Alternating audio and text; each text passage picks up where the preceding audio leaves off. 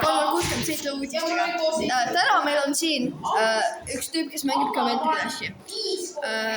Kuidas te tunnete, kas teil on hea Geometry Dashi mängida?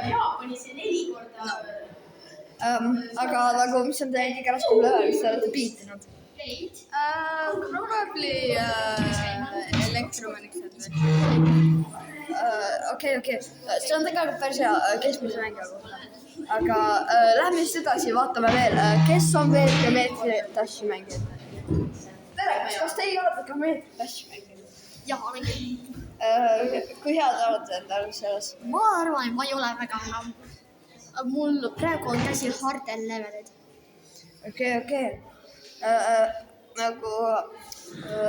Mis on sinu kõige raskem level? Ma praegu biitin Flash Processingi, aga kõige raskem, mida ma olen biitinud, on Gantlet. Okei, Rondel on nendest, see S-tüüp oli Rondel, on nendest, kes me oleme intervjueerinud praegu kõige parem. Nii, nüüd lähme edasi veel ühe mängija juurde. Tere, kas teie olete Geometry Dashi mänginud? Jaa, Kui hea te olete endast selles? kõige halvem. Nii, väga tore.